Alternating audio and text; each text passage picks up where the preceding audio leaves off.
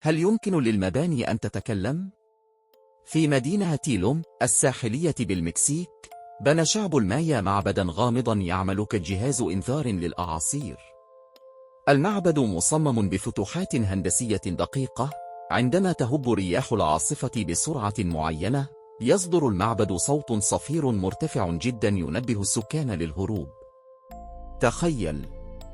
نظام إنذار مبكر بدون كهرباء منذ مئات السنين. كيف امتلك المايا هذه الخبرة في فيزياء الصوت والرياح؟ لا تنسوا الاشتراك في القناة ليوصلكم كل جديد.